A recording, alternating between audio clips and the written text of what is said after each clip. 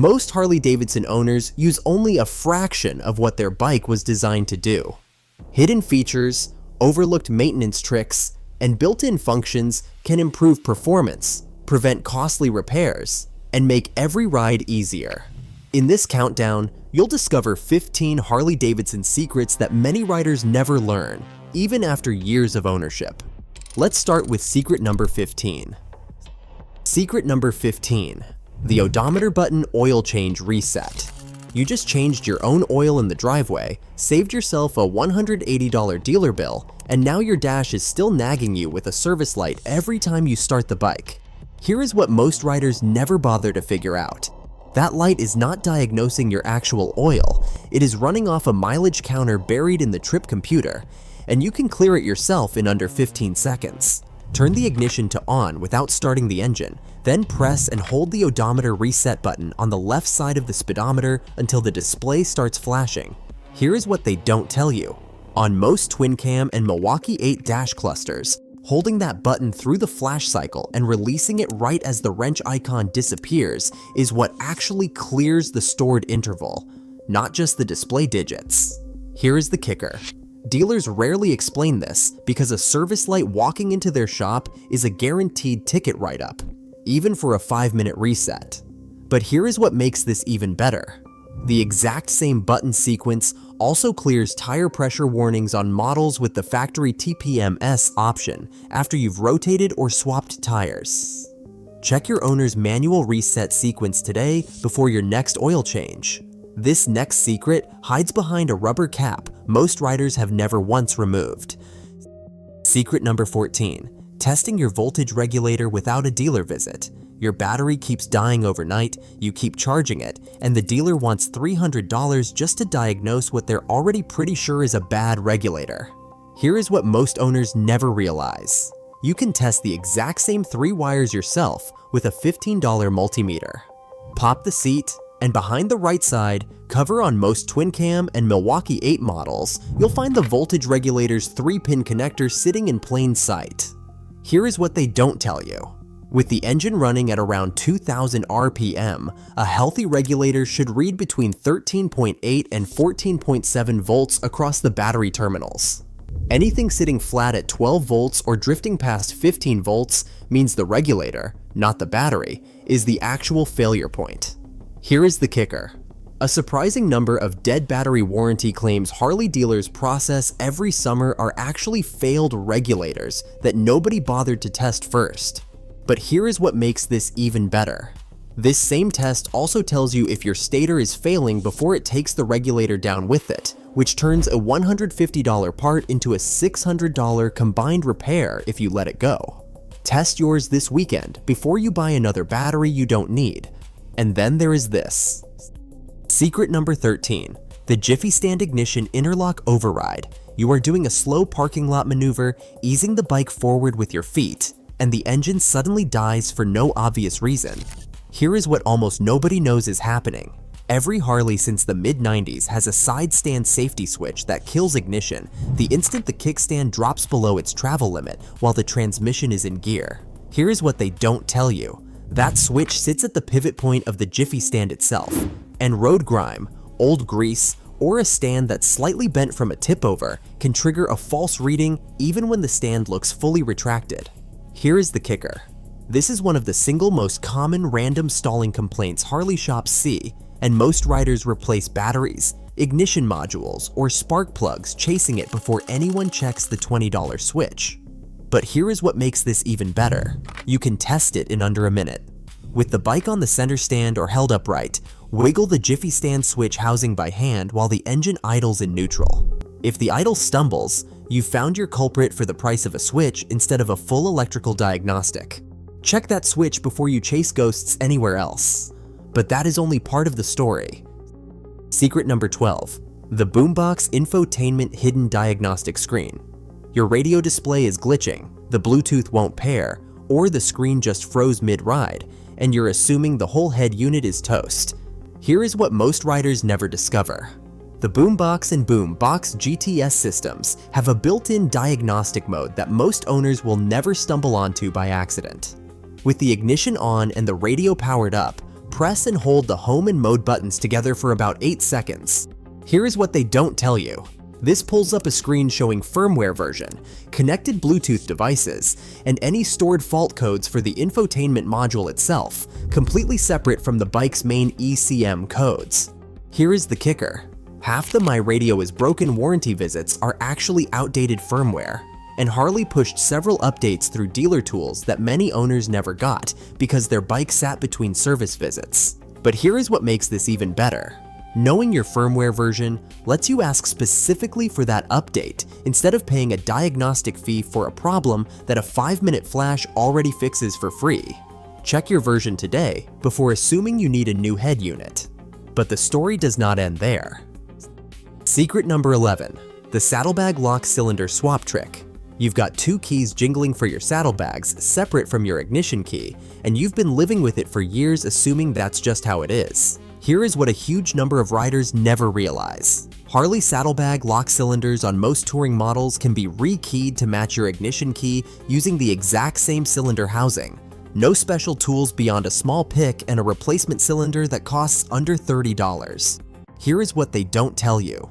The lock cylinders are held in with a single retaining clip accessible from inside the saddlebag lid, and swapping to a cylinder pre-cut to your ignition key's code eliminates 2 keys from your ring permanently.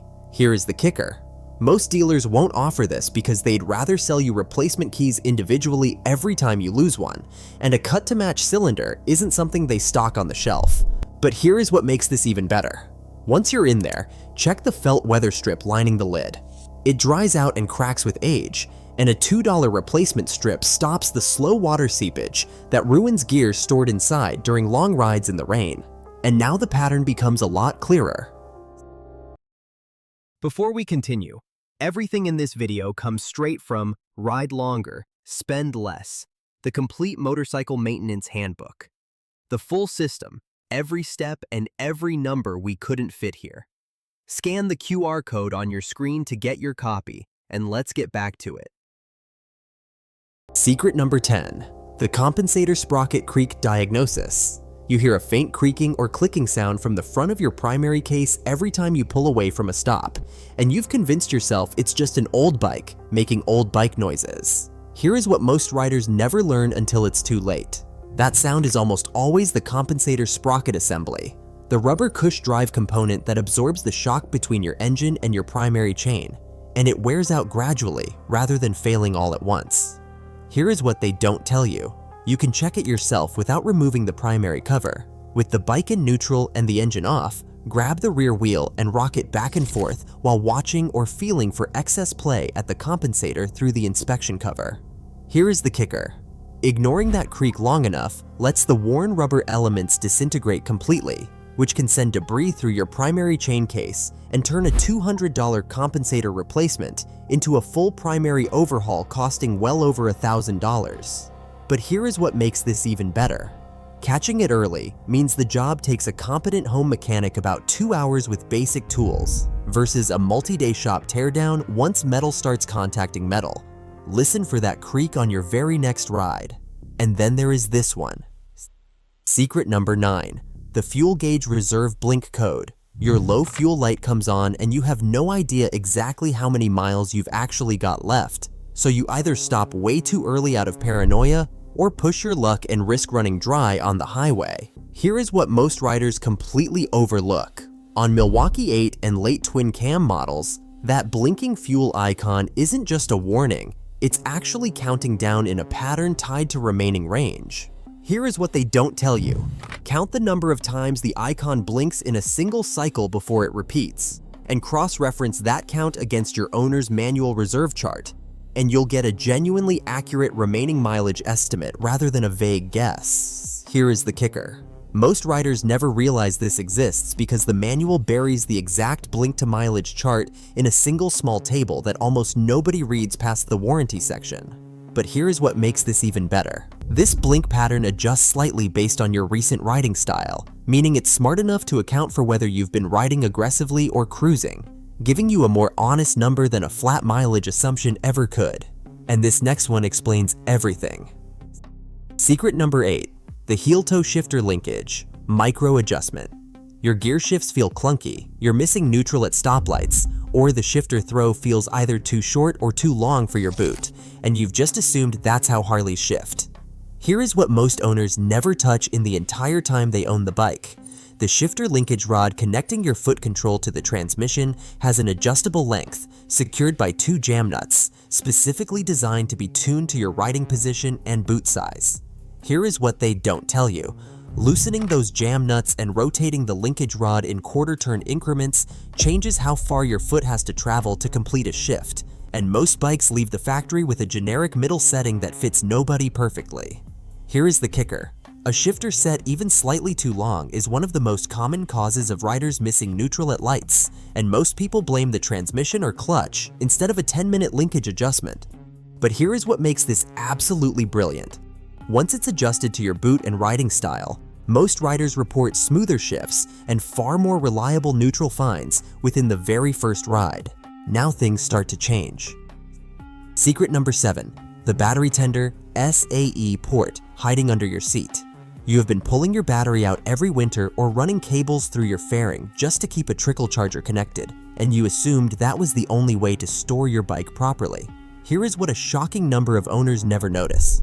Almost every touring and softail model built in the last 2 decades already has a factory SAE quick connect pigtail wired directly to the battery, tucked under the seat or seat pan, ready for a tender without ever touching a battery terminal. Here is what they don't tell you. This pigtail is wired through the main fuse, meaning a properly rated tender plugged into it charges safely without needing to disconnect anything. And it takes about 5 seconds to pop your seat and click a tender lead into place. Here is the kicker. A huge number of dead battery situations every winter happen purely because riders never knew this port existed and just let the bike sit disconnected for months at a time. But here is what makes this even better. Route the tender's SAE pigtail out through a small gap near your seat latch so you can plug and unplug it without removing the seat every single time you park in the garage. And then this happens. Secret number 6. The belt final drive deflection check. Your ride feels like it's got a slight surge or hesitation at low speed, and you've been chasing carburetor or fuel injection tuning theories for weeks without any luck. Here is what most riders never think to check first. Your final drive belt has a specific deflection range, and a belt that's too tight or too loose creates exactly that kind of low-speed surge, mimicking what feels like an engine problem. Here is what they don't tell you. Using a simple belt tension gauge, or even just consistent thumb pressure at the midpoint between the transmission and rear pulleys, you're looking for a very specific deflection window listed in your owner's manual, typically measured in millimeters of give. Here is the kicker. A belt run too tight for extended periods doesn't just cause surging. It accelerates wear on your rear wheel bearings and can shorten belt life by tens of thousands of miles. But here is what makes this absolutely brilliant. This 5-minute check costs nothing and rules out an entire category of phantom performance problems that riders often throw expensive tuning parts at before ever touching the actual belt. Now watch what happens next. Secret number 5. The primary chain oil level dipstick most riders never pull. You've heard your primary case rattling slightly at idle, and you're assuming it just needs an oil change on schedule without ever actually checking the level in between. Here is what a surprising number of longtime owners never discover. There is a dedicated dipstick built directly into your derby cover, separate entirely from your engine oil dipstick, specifically for checking primary chain case fluid level without draining anything. Here is what they don't tell you. With the bike level and the engine warm, removing that small dipstick and wiping it clean before a second check gives you an accurate reading, and running even slightly low accelerates chain and compensator wear dramatically faster than most owners realize. Here is the kicker. Many riders confuse this dipstick location with their engine oil checkpoint and end up checking the wrong fluid entirely for years without ever verifying primary case level. But here is what makes this even better. Topping off between full service intervals with the correct primary fluid takes under 2 minutes and can meaningfully extend the life of your compensator and clutch pack, 2 of the more expensive components to replace down the line. And this next one explains why. Secret number 4. The cruise control resume trick most riders never use correctly. You tap your brake to slow down for traffic, cruise control disengages like it's supposed to, and then you manually have to reset your speed all over again every single time, assuming that's just how it works. Here is what most owners completely overlook. Nearly every Harley cruise-equipped model has a resume function built into the same switch cluster, and tapping it once after braking snaps you right back to your previously set speed without touching the throttle. Here is what they don't tell you. This function stays available for a limited window after cruise disengages, not indefinitely, so tapping resume immediately after clearing the slow traffic is what makes it work reliably rather than fighting a system you think is broken. Here is the kicker. A large number of riders assume their cruise control is glitchy or unreliable simply because they never knew the resume button existed separately from the standard set button. But here is what makes this absolutely brilliant. Learning this one button changes highway riding entirely, letting you weave through speed changes in traffic without ever manually resetting your cruise speed by hand again. And that leads us directly to the next example. Secret number 3. The clutch cable free play sweet spot nobody sets correctly. Your clutch feels grabby right at the friction zone, or it drags slightly even when the lever is fully pulled in, and you've been living with awkward takeoffs at every stoplight. Here is what most riders never adjust properly in the entire time they own the bike. Your clutch cable has a specific free play range, typically a small number of millimeters of slack measured at the lever before resistance begins, and factory settings drift out of that window as the cable stretches with age. Here is what they don't tell you. The adjuster barrel at the hand control, combined with the one at the transmission end, lets you fine-tune this play in small increments, and most riders only ever touch one end instead of balancing both together for a proper setting. Here is the kicker. A clutch left too tight wears your friction plates prematurely, while one left too loose causes exactly that grabby, hard-to-modulate takeoff feeling that riders often blame on their own riding skill instead of a simple cable adjustment. But here is what makes this even better. This 5-minute adjustment, done correctly at both ends, is one of the single most noticeable seat-of-the-pants improvements you can make to how the bike feels in stop-and-go riding. Next on the list is a name you might recognize. Secret number 2, the security module. Bypass most owners never learn exists. Your factory alarm chirps, flashes your turn signals, or refuses to let the bike start, and you're standing there with your actual key convinced something electrical has failed. Here is what most riders never discover about their own security system.